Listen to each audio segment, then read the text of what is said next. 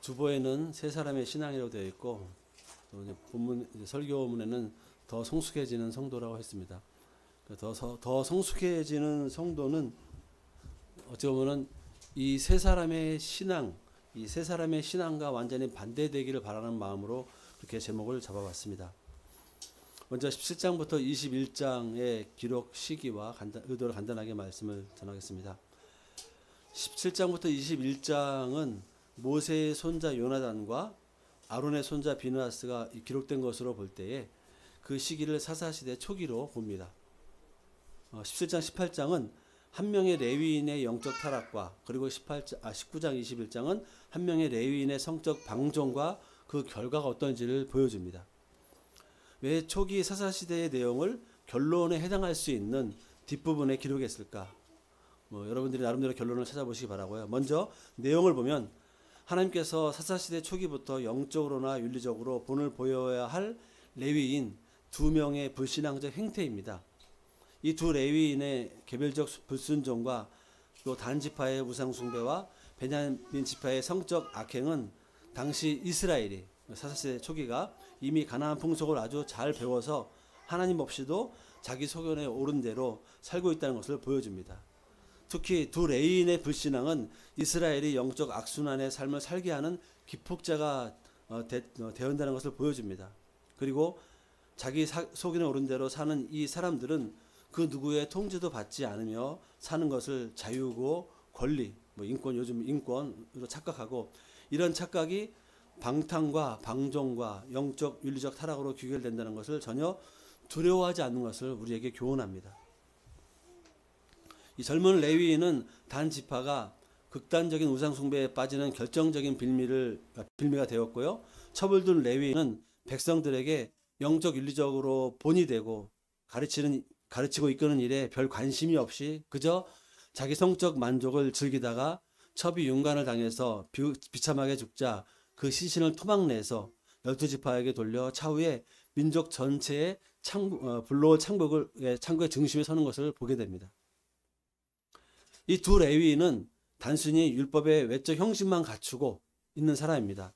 하지만 내적으로는 자기 사명을 감당하지 않고 자기 하고 싶은 대로 살면서 안주하는 죄악된 본성을 드러냅니다.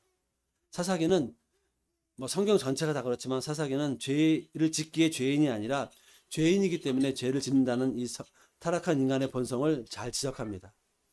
그 타락한 본성을 지닌 자들이 종교적 열심으로 자기를 드러내면서 속으로는 자기 만족이라는 우상을 섬기는 죄를 얼마나 쉽게 짓는지도 지적을 합니다. 17장은 미가라는 사람의 가정에서 일어난 사건으로서 미가, 그의 어머니, 그리고 베들레헴을 떠나 거주할 곳을 찾던 레위인 이렇게 세 사람이 등장을 합니다. 이들의 신앙이 어떤지 한번 같이 보겠습니다. 2절입니다. 그의 같이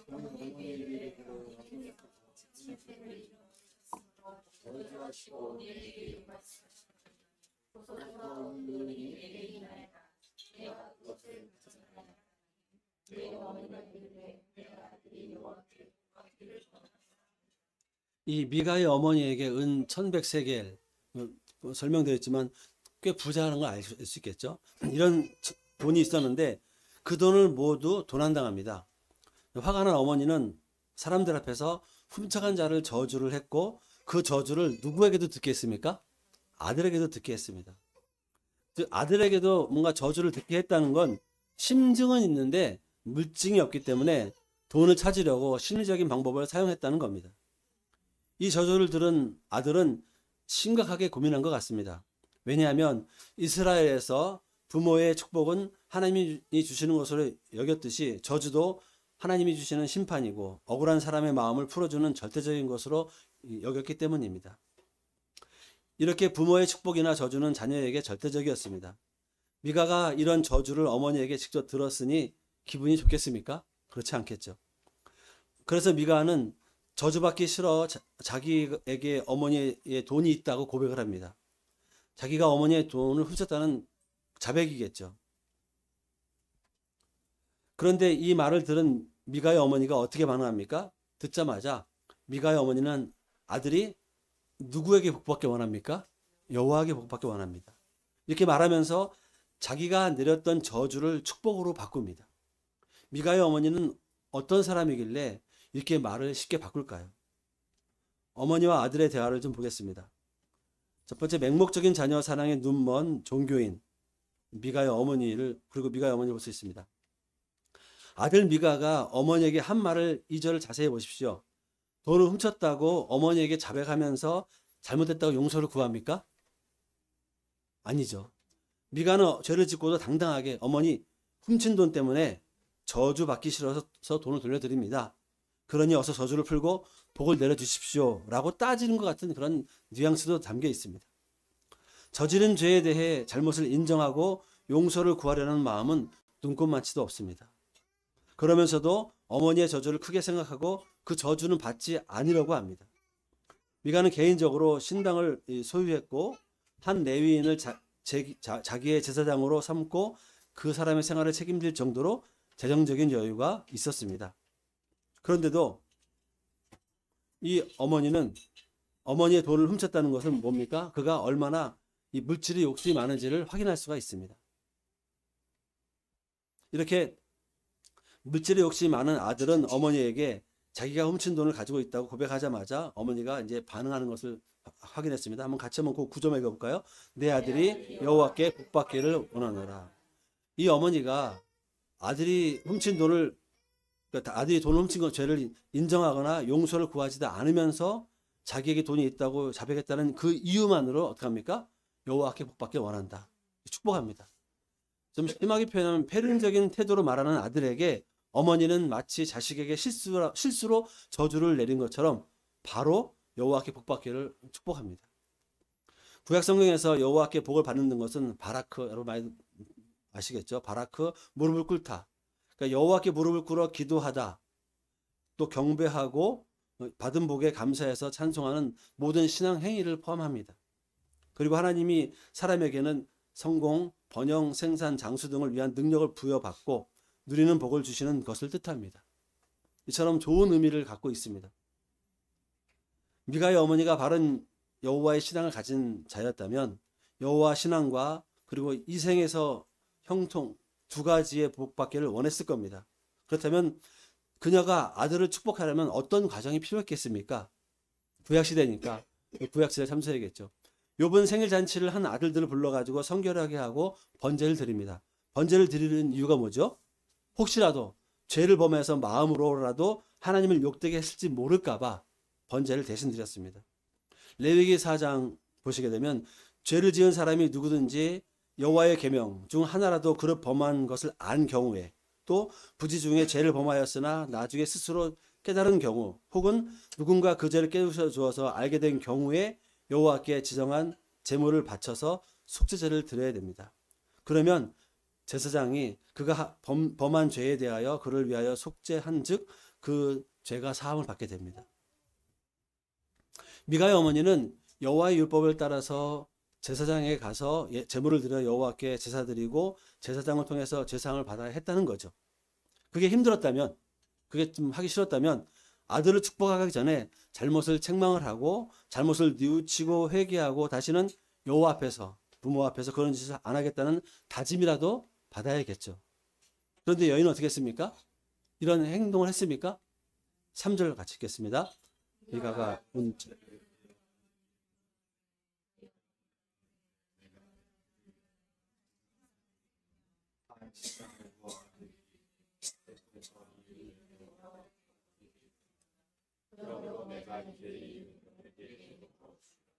먼저 아들은 자기가 어머니의 돈을 갖고 있다고 말할 때에 돈을 함께 줄 수도 있었습니다. 그렇지만 어순상 보게 되면 어머니가 축복하고 나서 아들이 돈을 돌려줍니다. 뭔가 미적되는 것 같아 보여요. 그런데 더 황당한 건 어머니입니다. 자기 아들을 위해 우상을 만들려고 누구에게 거룩하게 드립니까? 여호와께 거룩하게 드립니다.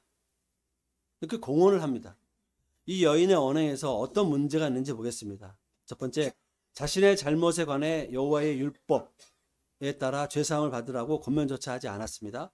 두 번째, 여호와께 복받기 원한다라는 축복과 여호와께 거룩히 드린다라는 이 말은 마치 여인이 제사장의 역할을 하는 것처럼 보입니다. 다만 뭐가 빠진 거죠? 죄사함의 과정을 쏙 빼놓은 모양새입니다. 세 번째, 여인은 아들이 잘되기를 바라며 여호와의 이름을 들먹입니다. 그러나 이것은 여호와의 이름을 빙자해서 아들이 잘되기를 바라는 맹목적 집착이라는 종교심 이렇게 부르고 싶습니다. 네 번째, 여인은 눈에 보이는 형상을 통해 여호와를 섬기려고 합니다. 여인이 신상을 부어 만들기 위해 은을 여호와께 거룩히 드린다고 당당하게 말한다는 건 우상 숭배하지 말라는 여호와의 계명 두 번째를 불순종하는 겁니다. 뭐 이 계명을 모르고 그랬는지 알면도 의식하지 않았는지 모르지만은 분명히 불순종한 건 맞습니다. 다르게 표현하자면 이 여인은 영적 무지로 인해 여호와의 계명과 제사법을 자의적으로 해석하고 적용해서 영적 방종을 행하는 겁니다. 그러면서 무슨 길로 가는 거죠? 영적 타락의 길로 이미 들어섰다는 것을 전혀 인식하지 못한 가운데 있습니다. 우리도 이 교회에 다니면서 하나님에 대한 진심 어린 신앙심을 가지고 있다고 말할 수 있습니다. 그렇죠? 없습니까? 잘 배우셨겠죠. 그렇지만 그런 자부심이 오히려 영적 무지로 인해서 성경을 자의적으로 해석하고 적용하고 영적 방종과 급기야 영적 타락으로 치우칠 수 있고 하나님께서 주신 믿음이 아니라 그저 간절한 종교심 수준을 갖고 있는지 아는지 우리를 점검해야 된다는 겁니다. 이 여인이 아들에게 받은 음을 다시 그를 위하여 여호와께 거룩히 바쳐 만든 신상을 또 어떻게 하죠? 같이 읽겠습니다.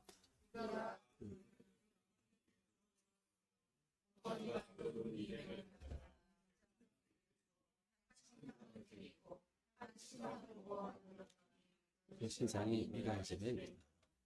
받은 것 중에 대략 10분의 1 정도인 은 200을 가져다가 은장사격에 주어서 한 신상을 새기고 부어 만들고 아들을 위해 어떻게 했습니까?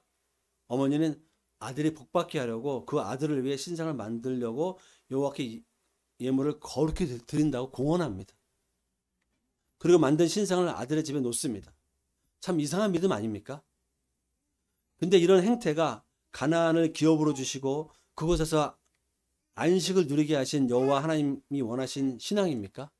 분명히 아니죠. 또 아들은 어떻습니까? 도둑질하고도 회개하고 용서를 구하지 않으면서 저주는 받기 싫어서 뻔뻔하다 못해 당당하게 저주를 풀어달라고 하는 그런 자식입니다. 여호와의 계명 부모를 공경하라는 5번째 명령을 교묘히 빠져나가는 모습이기도 합니다. 그런데 어머니는 자신의 편의적인 행태에도 불구하고 어떻게 했습니까? 꾸짖고 회개하고 근신하도록 조치하지 않았습니다. 아들에게 다시는 그렇게 하지 않겠다는 다짐이라도 받지 않습니다. 그냥 어떤 마음만 있는 거죠? 자식이 잘 되길 바라는 마음만 있는 겁니다. 혹시 여러분들은 어떻습니까? 자녀가 다 있으시죠? 어떻습니까? 대답을 못 하시는 거 보니까 혹시 미가의 어머니와 비슷하지 않습니까? 특히 어머니의 경우는 어떻습니까? 자식에 대해서 좀 아빠보다는 좀 부정적인 마음보다 더 강하죠. 참으로 인간관계 속에서 자식에 대한 그 애정을 바르게 풀어가지 않게 되면은 어떻게 되는지를 보여주는 한 장면이기도 합니다. 어머니가 미가에게 한 말을 보십시오. 여호와께 복받기를 원하노라. 내 손에서 은을 여호와께 거룩히 드리노라. 반복되는 이야기지만 어머니가 얼마나 자식 사랑에 눈이 멀었으면 자식이 돈에 눈이 멀어 자기에게 회론적 행동을 해도 여호와께 복받기를 원하고 그 자식을 위해 여호와께 은을 거룩히 드린다고 말할까요? 하나님은 이런 여인을 통해 우리가 무엇을 보기 원할까요? 하나님조차 맹목적 자기 사랑의 도구로 사용하는 비성경적인 어머니의 모습입니다. 우리들의 자녀는 어떻습니까? 진정 그들이 주 안에서 올바르게 잘 살기를 기대한다면 어떻게 하겠습니까? 자녀가 잘못한 일을 고백하면 용서하되 말씀에 근거해서 훈계하고 지도하며 때론 격려해야 하지 않겠습니까? 그런데 이 여인은 그저 여호와께 복받기를 원한다. 오직 여호와께 복받기를 원한다. 도대체 이 여인은 자기 아들이 어떤 복을 받기 원했을까요? 정말 이런 자식이 여호와 하나님께 복받을 자격이 있을까요? 설사 여호와께 복을 받았다 하더라도 제대로 하나님을 위해서 사용하는 믿음과 인격과 능력을 배웠겠습니까? 여호와를 알지 못하여 여호와께 여호와께서 이스라엘을 위하여 행하신 일도 알지 못하는 세대에 속하는 한 여인과 그 아들 미가는 잘못된 신앙의 결과가 어떤지를 우리에게 잘 보여줍니다. 여호와를 아는 지식과 신앙으로 형성된 인격, 이것으로 사람들과 함께 살고 하나님의 자랑이 되고 기쁨이고 영광으로 사는 교육이 실종된 상태가 어떤지를 우리에게 보여주고 있습니다. 여호와의 율법, 원칙을 바르게 지키며 복받기를 기대하기보다는 여호와를 복받는 도구로 이용해서 잘 살기를 추구하는 모습이 담겨 있습니다. 이 두 사람은 십계명에서 어떤 부분을 불순종했겠습니까? 2계명이죠. 1계명도 포함될 수 있습니다. 그래서 저 뒤에다가 우상을 만들거나 섬기지 않아야 함과 자식이 맹목적으로 잘 되기 바라는 기대하는 탐심으로 해석했습니다. 두 번째는 8계명이죠. 8계명은 뭐죠? 아니 우리 매주 하는데 빨리 보세요. 그랬더니 기억하기 위해서. 그렇죠. 그거 모르는 게 아니죠. 그 다음에 미가는 5번째 계명을 불순종합니다. 정말 안타까운 건 이들이 하나님이 언약으로 주신 계명들을 불순종하면서도 아무런 거리낌도 죄의식도 없었다는 점입니다. 미가와 그의 어머니에 관한 구절은 어떤 결론으로 이어집니까? 같이 읽겠습니다. 그때에는 이스라엘의 왕이 없었으므로 사람마다 자기 소견에 옳은 대로 행하였더라. 이 미가와 그 어머니도 지금 이스라엘 왕이었기 때문에 지 멋대로 살았다는 겁니다. 하나님 믿는 믿음을 가지고 멋대로 사는 겁니다. 요즘 말해서 나 교회 다니는데 하고 지 멋대로 산 겁니다. 제 주변에도 보면 그런 사람이 있습니다. 교회는 다닙니다. 근데 노골적으로 술, 담배 해도 되고요. 그러면서 자기 교회 식구들한테 술 괜찮아. 이 정도 어때? 구역 모임 때 포도잔치 나눠주고 하는 분도 있더라고요. 법이 뭔지 모르니까 자기가 법이 돼서 그렇게 자기 주변 사람들까지도 믿는 사람이 하는 그 지체들에게까지도 악영향을 끼치는 모습을 볼 수가 있습니다. 이 여인에게는 하나님이 아닌 자식, 물질, 그것도 모자라 우상들이 마음의 왕입니다. 미가는 제사장 삼은 아들을 통해서 지속해서 하나님에게 복을 받으려는, 즉 왕이신 하나님의 다스림에 순종하는 관계가 아닌 하나님까지도 복을 주는 도구로 모시는 걸 정당하게 믿고 사는 그 시대를 반영합니다. 오늘날 여러분 이 시대를 보십시오. 사람들에게 왕은 누굽니까? 부모가 자녀를 왕으로 모시고 사는 건 그나마 봐줄만한 이상한 세태가 됐습니다. 이젠 개를 뭐로 모시고 삽니까? 가족으로 모시고 삽니다. 점점 많아지고 있습니다. 물질, 쾌락, 철학, 사상, 소확행, 뭔지 아시죠?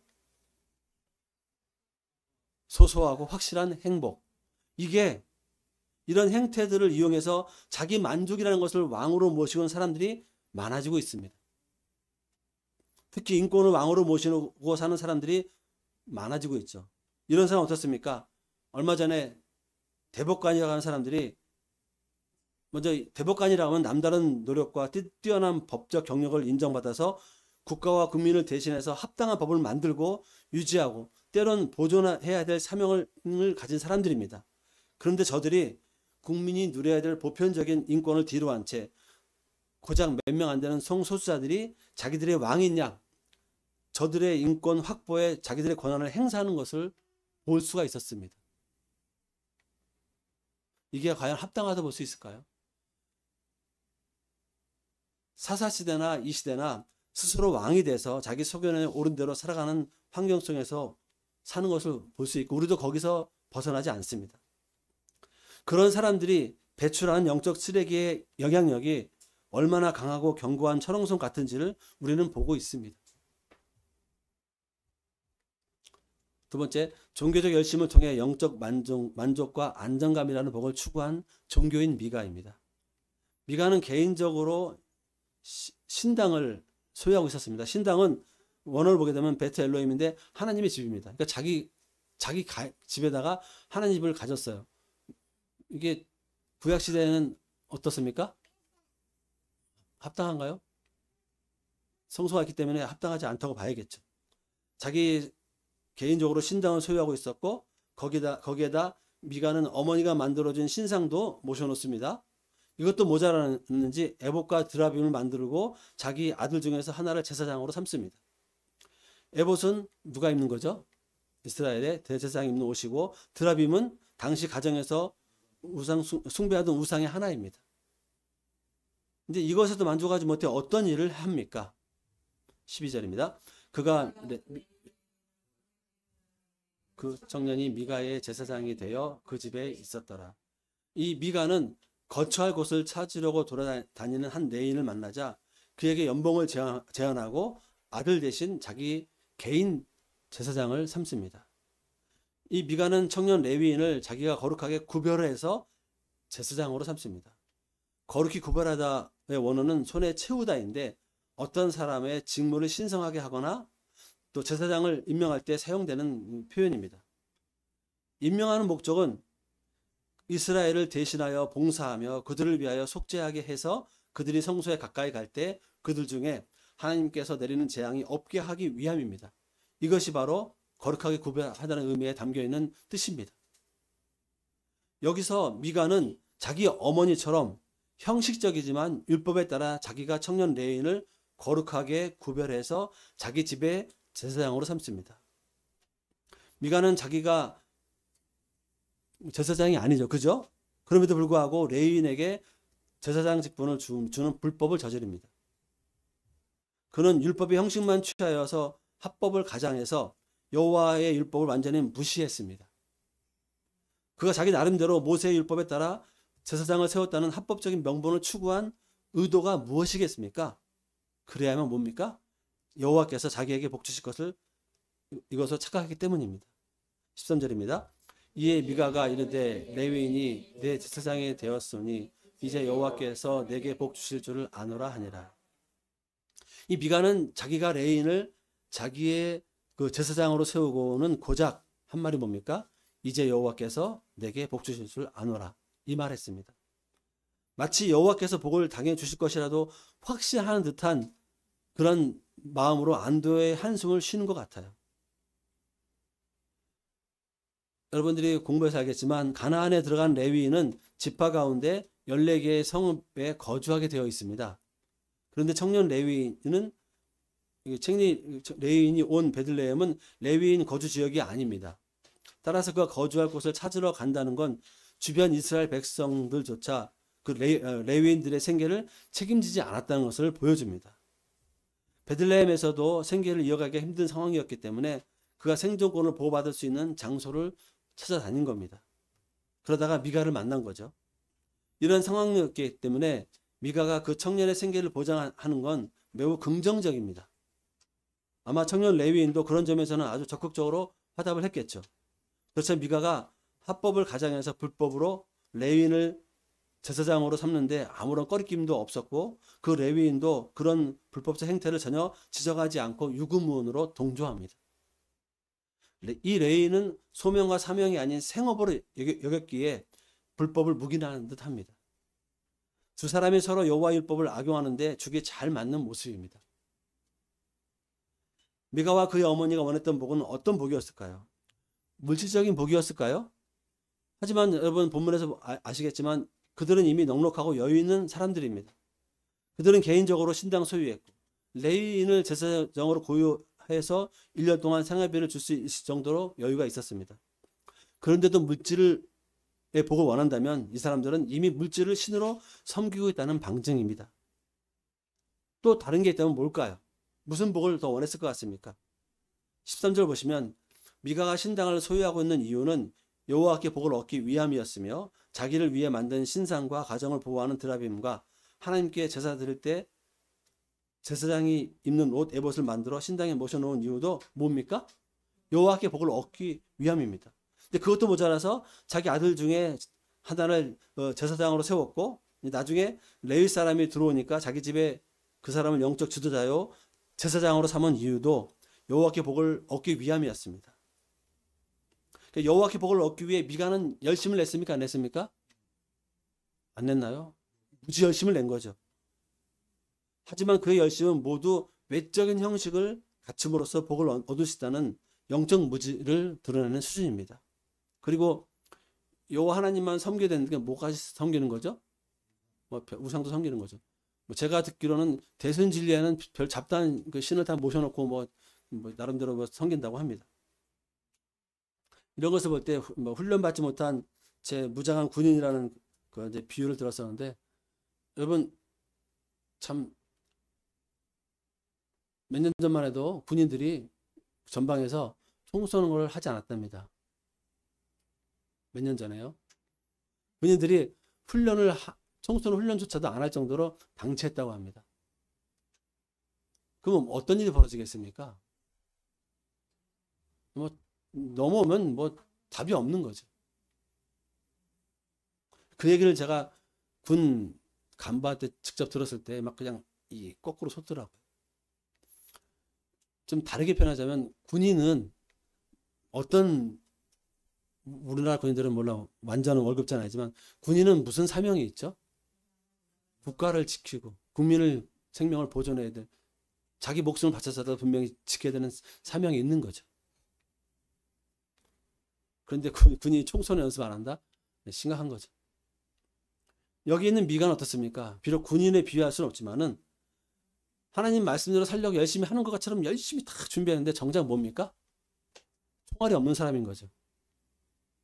사탄이 밀고 들어오면은 방어할 총알이 없는 거예요. 이처럼 미가는 여호와를 가나안 우상 중에 하나 정도로 여겼습니다. 자기 마음대로 제사장을 세울 수 있었고, 자기가 세운 그 제사장을 통해서 복을 받을 수 있다고 생각을 했습니다. 이처럼 그가 제사장을 세워 여호와께 받기 원했던 복이 무엇인지 좀 더 자세히 알 수 있는 건 10절입니다. 읽겠습니다. 나를 위하여 아버지와 제사장이 되라. 여기서 아버지는 우두머리, 조상이라는 뜻으로 다른 사람을 지도하며 권면하는 위치에 있는 자를 높여 칭하는 말입니다. 그리고 제사장은 제사장, 공직자, 때로는 왕에게 조언하는 사람, 백성을 가르치는 역할을 등을 의미가 있습니다. 이런 그 용법을 미뤄보건대 미가는 누구든 자기를 인도하고 이끌고 조언을 해줄 영적 지도자가 필요했던 겁니다.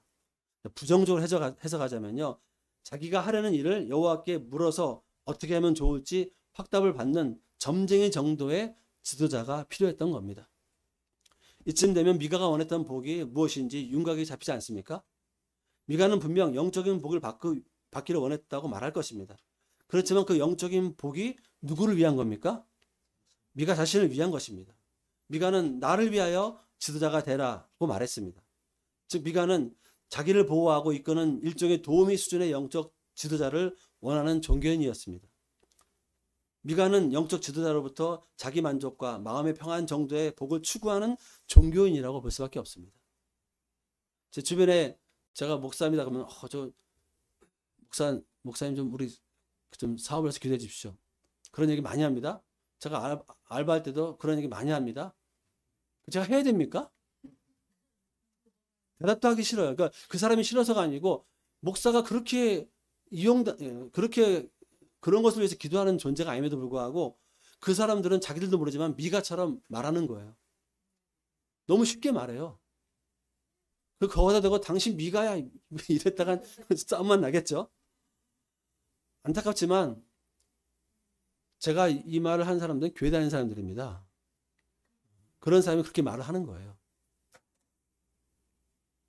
안타깝죠. 미가나 그의 어머니의 표현 속에서 나왔죠. 오직 하나님 말씀대로 오직 하나님의 영광을 위하여, 오직 하나님의 뜻을 위하여. 내가 헌신하겠다는 이 표현은 눈 씻고 봐도 찾을 수가 없습니다. 미가는 물질적 여유가 있어서 신당을 소유하고 우상 갖다 놓고 제사장도 돈 주고 고용해서 여호와 하나님께 복받을 준비가 다 되었다고 만족해 했는데 그는 오직 받는 것밖에 모르는 사람입니다. 그에게 있어서 우상도 제사장도 하나님도 오직 자기에게 무언가를 채워주고 만족시켜야 하는 존재였다는 것입니다. 이런 사람들을 사사기는 또 어떻게 설명합니까? 반복되죠. 같이 읽겠습니다. 그때 왕이 없었으므로 미가와 그의 식구에게 그들을 다스리고 지도하고 이끌어줄 진정한 왕이 없었다는 뜻입니다. 자기가 볼 때 옳다고 생각하고 판단하는 대로 모든 순서를 진행해 왔습니다. 그러니 뭐 신당, 신상, 에봇, 드라빔, 제사장, 요하도 포함되겠죠? 이 종합 세트 딱 갖춰놓고 뭡니까? 자기를 이끌어줄 왕으로 기대했던 것 같습니다. 미가의 어머니도 자기 아들이 하나님을 아는 지식을 습득하고 하나님의 뜻에 순종하며 하나님의 영광을 드러내는 신앙이 되기를 결코 원하지 않았습니다. 하나님조차 아들의 시다발이, 좀 표현이 심한가요? 아들의 시다발이가 되어서 이것저것 필요한 것을 채워주고 적당한 영적 평안함으로 만족시키는 수호신의 하나로 가르친 겁니다. 그러니 이런 어머니에게 배운 미가의 신앙이 어디 가겠습니까?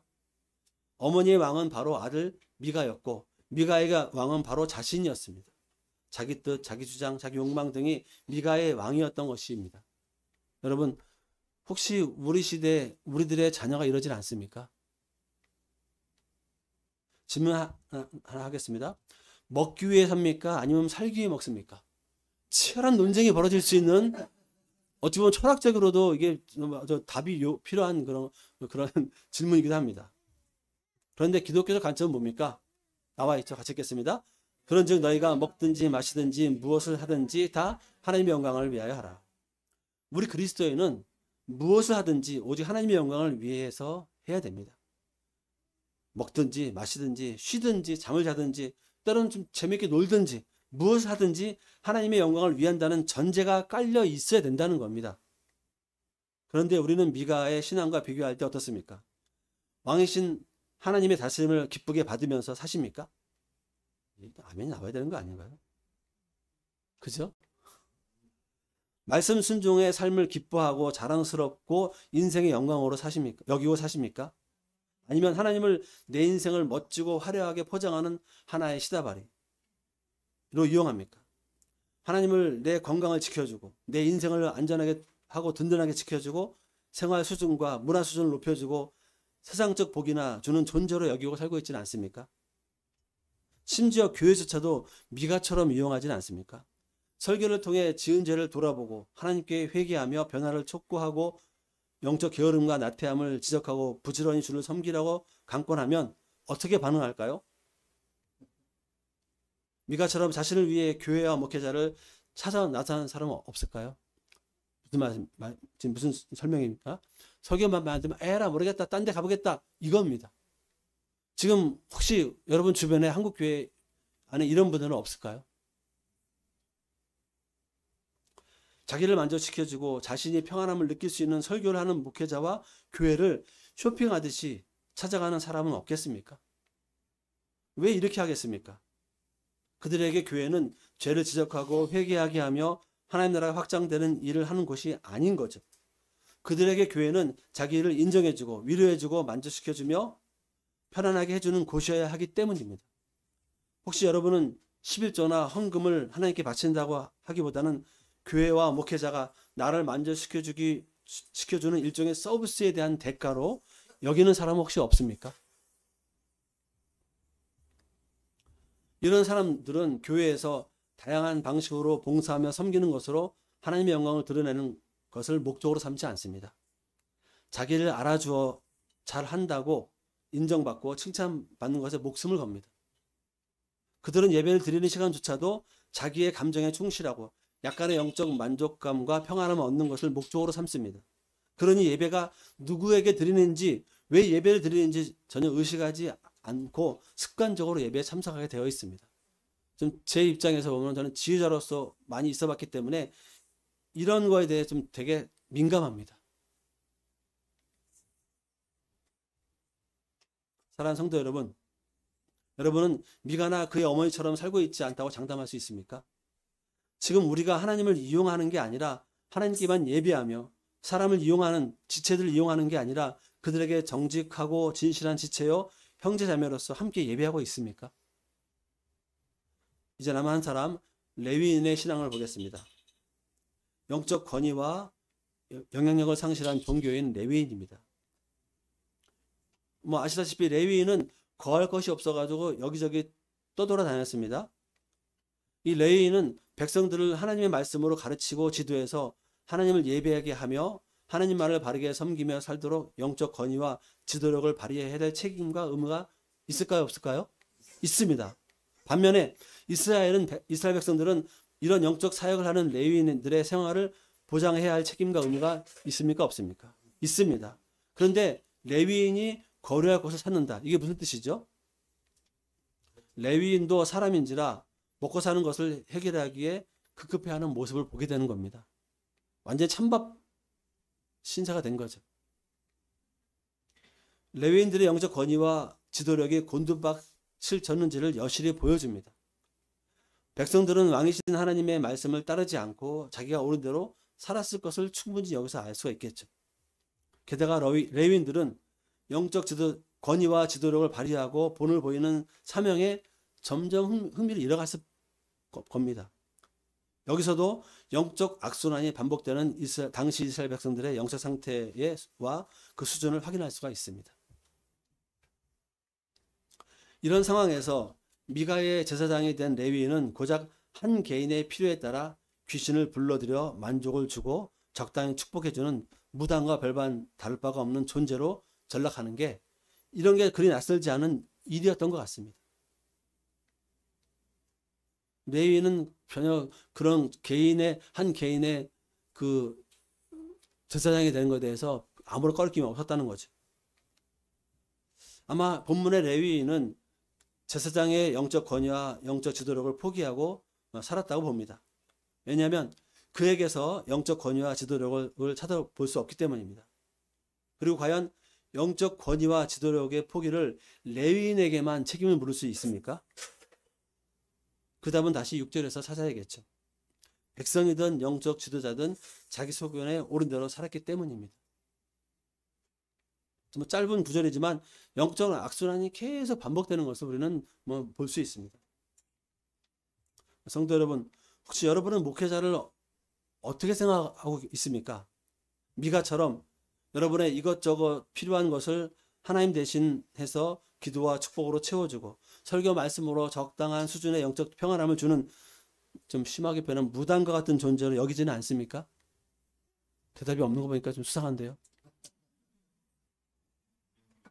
아니면 목회자가 영적 권위와 영적 지도력을 발휘해서 여러분들에게 오직 하나님만을 예배하고 섬기며 하나님을 기쁘시게 하는 의무를 다하도록 요구하는 그런 목회자로, 그런 말씀으로 받아들입니까? 여러분이 하나님의 뜻대로 살며 오직 하나님께만 영광을 돌리기 위해 살기 위해서 목회자의 역할에 나름대로 목회자의 역할을 요구하고 기대하고 있습니까?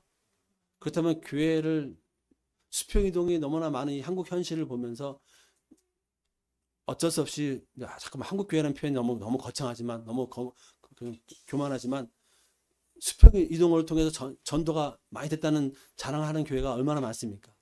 그런 걸 보게 되면은 지금 한국 교회도 미가와 같은 나름대로 찾아보려고 애를 쓰는 사람들이 많은 것을 볼 수가 있습니다. 이 교회 안에 있는 사람 두 부류로 구분할 수가 있습니다. 하나님이 나의 창조주요, 구원주요, 인도자요, 생명과 복을 주신 분으로서 나를 사랑하는 분으로 믿고 순종해서 하나님께 더욱 순종하는 법을 배우고 하나님을 하나님 되게 하려는 부류가 있습니다. 좀 길지만 이렇게 좀 설명할 수밖에 없네요. 그러니까 어떤 사람인 거죠? 하나님만을 순종하며 하나님께 온전히 순종하는, 하나님을 따르는 사람이 있고, 반면에 똑같이 하나님이 나를 사랑하기 때문에 사랑하는데, 이 하나님이 나를 사랑하기 때문에 나를 위해 존재하는 분 정도로 착각해서 하나님이 나를 따르고 내가 원하면 언제든지 요구하는 걸 채워주시는 분으로 이용하는 두 부류입니다. 여러분 어떤 부류에 속하십니까? 네, 좋습니다. 이 두 번째 부류의 사람들은 누군가가 그리스도를 따르는 것보다 더 나은 삶을 준다면 그것을 진지하게 고려할 겁니다. 무슨 뜻입니까? A란 목사가 설교가 좀 마음에 들었습니다. 근데 TV 보다 보니까 B란 목사 설교 더 좋아요. 그럼 언제든지 갈 수 있다는 그런 여지가 지금 미가를 통해서 볼 수 있는 겁니다. 하나님의 영광이 아닌 자기 영광과 만족을 위해 하나님을 믿는다고 하지만 종교인입니다. 이런 사람들은. 이런 사람들에 관해 마틴 루터가 적절하게 지적을 했습니다. 같이 읽어볼까요? 죄의 본질은 사람이 심지어 하나님 안에서조차 자신의 것을 구하게 한다. 사단계 3년이면 풍어를 붓고 애완견 3년이면 주인을 길들인다. 제가 나름대로 만들어 말하기도 하고 이렇게 오가는 말을 정리한 겁니다. 우스갯소리지만 어떻습니까? 요즘 사람도 어떻습니까? 개 키우는 사람들 개를 길들입니까? 개 길들여집니까? 개를 안 키우시니까 모르시나 보죠. 여러분 보시지 않습니까? 개한테 야, 너 아빠 말 왜 안 들어? 엄마 말 왜 안 들어? 개가 참 알아들을까요? 알아듣지 못하죠. 사랑하는 성도 여러분, 여러분의 신앙의 연륜은 얼마나 되었습니까? 좀 위에 표현한다면 혹시 하나님을 길들이려고 열심히 신앙생활 하지 않으셨습니까? 그렇지 않겠죠. 겉모습으로 볼 때 우리는 모두 예수님을 구세주로 영접했고 교회에 나와서 예배를 드리고 성도와 서로 교제하며 사랑을 실천하고 성경을 읽고 묵상하며 또 공부하는 비슷하게 사는 것 같습니다. 그렇지만 모든 것은 나를 위한 것이야 라고 이런 권리를 내세우며 하나님을 길들이려고 하는 종교인이 있을 수가 있고, 모든 것은 하나님을 위한 거야 라며 자신을 말씀에 복종시키며 헌신하기를 힘쓰고 고난의 길도 기꺼이 순종하려는 성도가 있을 겁니다. 여러분들은 어떤 부류에 속하십니까? 대답을 하셔야 됩니다. 두 번째 부류이겠죠. 그러면 이제 우리는 뒤를 돌아봐야 됩니다. 종교인으로 살아왔는지 아니면 참된 성도로 신자로 살아왔는지 이제 대답할 수 있겠죠. 하나님은 우리 인생을 통해 당신이 드러나길 원하십니다. 내가 아니라. 이는 우리 삶 전체로 하나님의 영광을 온 세계 위에 높이 드러내야 한다는 시편의 말씀과도 합치합니다. 그런데 이 시대의 많은 사람들은 건강, 안전, 든든함, 여가생활, 문화생활 등 심지어 하나님조차도 나를 위해 사용하는 영적 수준에 머물러 있다면 언제 하나님을 위해서 하나님의 영광을 드러내는 인생을 살 수 있겠습니까? 여러분 인생을 위해서, 노후를 위해서, 건강을 위해서 정말로 투자한 데가 뭘 많이 투자했죠? 말씀하세요. 보험, 그죠? 많이 했죠? 근데 이 영의 양식을 위해서는 얼마나 투자했습니까? 교회 좀 모이자 하면 잘 모이십니까? 시간을 내서라도 성경을 공부하자면 합니까? 왜 이렇게 안 될까요? 안 된다면, 그게 왜 정말 늘 힘들다면은 우리는 어떤 부류의 영향을 받고 어떤 부류에 속했다고 말할 수밖에 없는 겁니까? 미가와 같은 존재로 판단 내려야 되는 겁니다. 마치 아닌 것처럼 우리 착각해서 안 된다는 겁니다. 여러분, 남는 시간에 봉사하겠습니까? 아니면은 주애를 먼저 하고 남는 시간에 여러분의 일을 하겠습니까? 이러면 또 그렇게 물어보시는 분들이 있어요. 직장 생활 바쁘거든요. 그러면 직장 생활 모든 걸 다 내팽개치고 지금 봉사라는 의미겠습니까? 아니겠죠. 제가 한번 말씀드렸지만 회사에서 갑자기 벌떡 일어나가지고 잠시 묵상하다가 이제 말씀을 묵상하는 시간이 있었습니다. 은혜가 됐습니다. 그러다 벌떡 일어나서 여러분들 회개하십시오. 회사에서 그럴 수 있습니까? 그런 헌신은 헌신이 아닌 거죠. 그죠? 그런 식의 뭔가 맹목적인 것을 요구하는 것은 또 그런 질문은 아닌 겁니다. 사랑하는 성도 여러분, 우리는 교회에서 받은 직분과 봉사하는 모든 일에 대해서 우선순위를 바르게 세우고 섬기며 살아가야 됩니다. 그것이 우리의 삶의 패턴이 되어야 되고 영적 선순환의 그러한 습관으로 이제 굳어져야 될 것입니다. 그럴 때에 우리 안에는 미가나 그 어머니와 같은 요소들이 반드시 빠질 수 있을 것입니다. 진정으로 하나님에 의해 쓰임받기를 늘 헌신하면서 미가처럼 하나님을 이용하지 않는, 하나님에 의해서 우리가 쓰임받기를 힘쓰는 모든 성도들 되기를 주님의 이름으로 축복합니다. 네, 기도하겠습니다.